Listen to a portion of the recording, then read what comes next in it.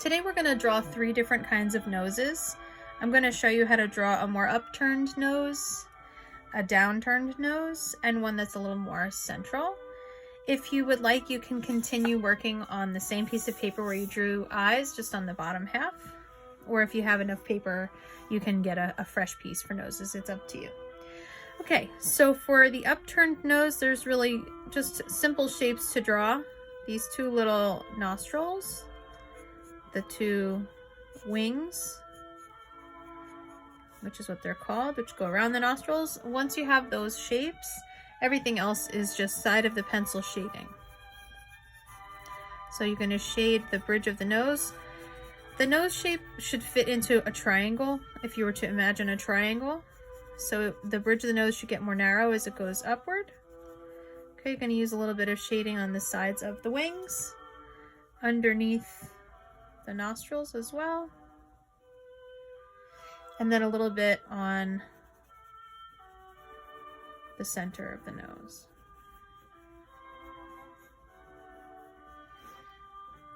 Okay, try not to make dark circles inside the nostrils, or it'll look like something stuck up your nose. Use a tissue or a Q-tip to just shade and soften your lines. Okay, and then if you want to go back and just darken the top of the nostril, and maybe just the outline of the wings. So that's the first nose, that's the upturned nose. The second nose I want to show you is the central nose. So for that, you're going to need 3 shapes. 1 bigger circle and 2 smaller circles. Okay, and what you're going to do then, you're just going to kind of outline this circle with the wing of the nose. And then you're also going to kind of darken your line here and create that little bit of nostril between them. Okay, once you have those shapes in place, everything else is pretty much shading again. So use the side of your pencil in shading pose and create the bridge of the nose, the nasal bone. Okay, you can kind of shade around those circles that you created. I might erase the top of the circle and just kind of keep a little bit of the rest of the circle there for shading purposes.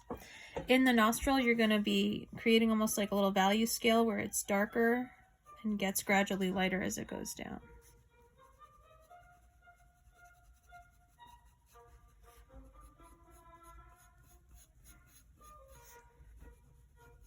This is probably the nose that I see most commonly when I look at portraits. But you're going to have to look at whatever photo you're working from. What do you see? Okay, then use your tissue and just blend it out a little bit.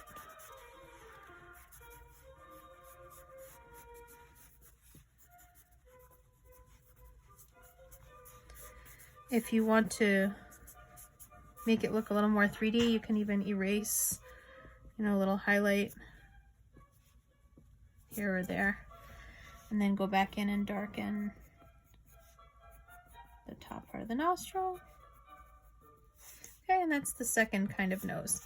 The third kind, or the downturned nose, again, you're going to use those 3 shapes, a bigger circle in the center and 2 smaller circles on the sides. And rather than draw the opening to the nostril, you're just going to outline these and sort of connect them. So when the nose is a little longer, a little more downturned,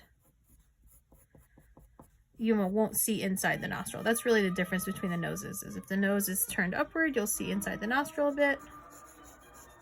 If it's turned downward, you won't see inside. Okay, so get your shading on the sides.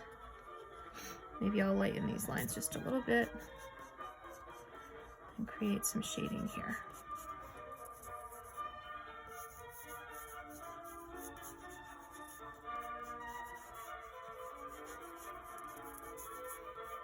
Okay, with the center of the nose having the highlights, and then just blend that out.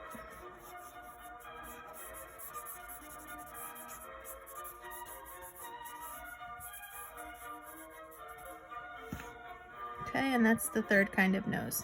So when you end up choosing whatever photograph you're going to work from, you can kind of look at it and decide what type of nose does my person have. their nose more upturned like number 1, more central like number 2, or more downturned like number 3.